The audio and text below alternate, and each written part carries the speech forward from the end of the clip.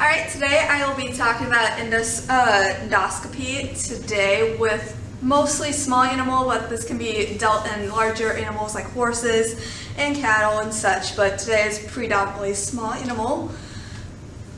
So what is endoscopy? This is basically the usage of specialized cameras with a light source that basically is set to look at different areas of the body like the stomach or the genital area, anything that we can do that's not invasively into the body, and that way we can see structures and abnormalities to figure out what the problem is with the animal.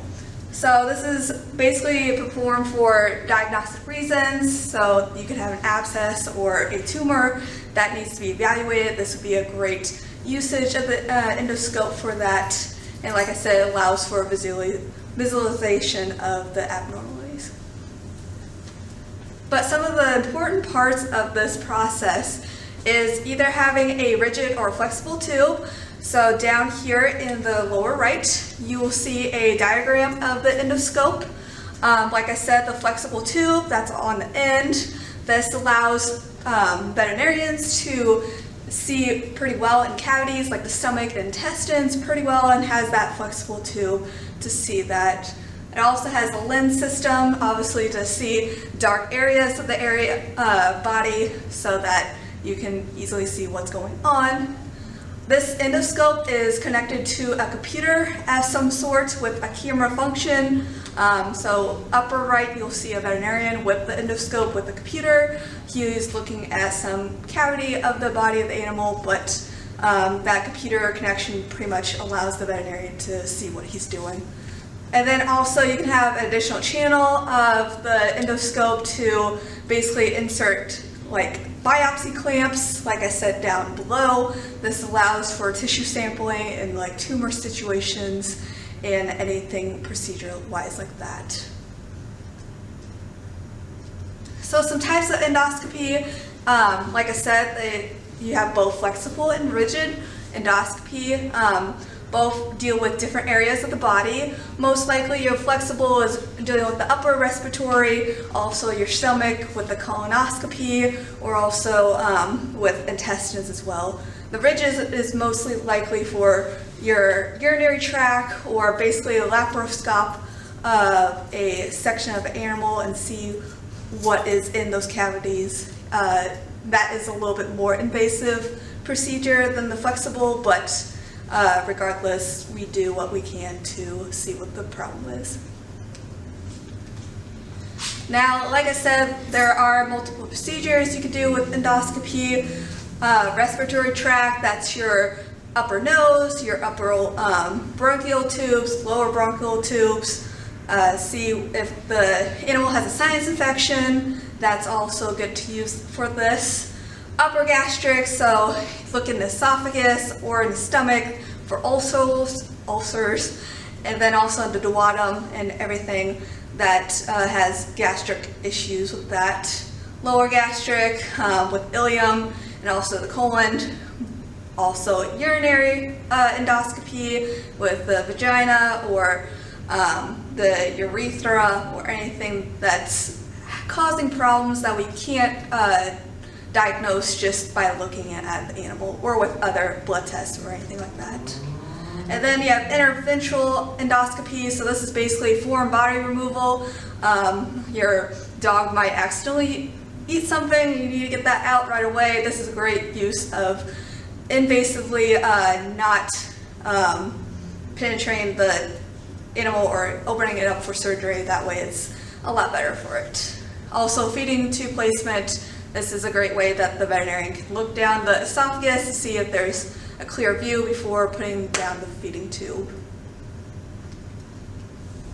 So some real life experience. I work as a veterinary assistant for IndyVet Emergency Especially Hospital. So I worked both in internal medicine and in emergency medicine. So one of the cases I came about was on one of my emergency medicine shifts. I came across of this black adorable puppy, as you guys can see. He is a male black Labrador mix. We aren't really sure what he is. He's about 4 or 5 weeks old, so really can't tell, but as I told the other class, there is a lovely string hanging out of his mouth, and actually that became a problem because he decided to go fishing. We decided to do lateral radiographs of the puppy, and we were told by the owners that the puppy might have swallowed a fishing hook, and to make sure that this was the case, we decided to take radiographs. And as you can see, the lower left here, that's a pretty big size fish hook. It's about 4 inches inside the stomach. It's lodged towards the ventral side of the puppy, so luckily the hook is more towards the head rather the opposite way around.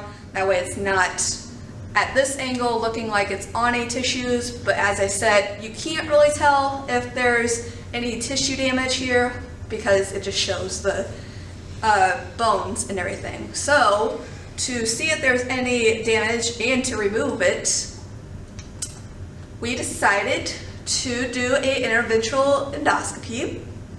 So what I had to do is basically hold the puppy for about 5 hours. I love that. It was a Saturday, so no internal medicine veterinarians were there who actually usually do the endoscopy procedures. So like I said, had to wait for 5 hours for a veterinarian to be called in.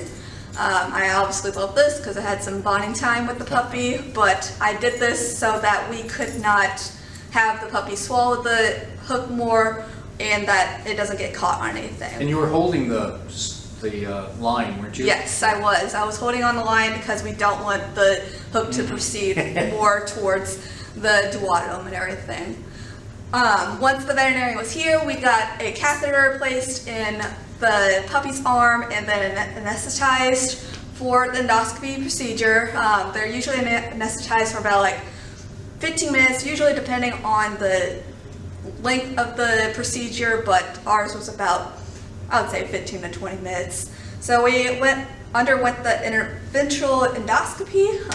As you guys can see on the lower right, there is a picture of the hook. And this little clamp you see is that biopsy clamp I was talking about. That's basically a little grabber that can grab stuff.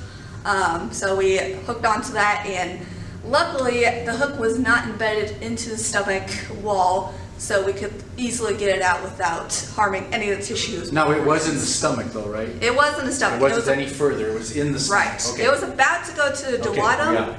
but Okay. this is actually a picture of the esophagus coming out, but it was in fact almost to the duodenum. Okay. But I thought this was a pretty cool picture. Oh yeah, it is. So the puppy was fine, which is always good. I wanted to give you guys some numbers because this is obviously not a cheap procedure. I would say the actual procedure, I looked this up as well, and I talked to IndyVet. This procedure is about $800 to $2,000, depending on the area, the materials used, the time that it took, the anesthesia, so all of that is put there. The endoscope machine, I wanted you guys to see this. Obviously, this is not for each time that a patient pays. It's just a one-time cost for the veterinarian. It is $25,000 for just a basic unit. So this is pretty hefty, I would say, pretty penny.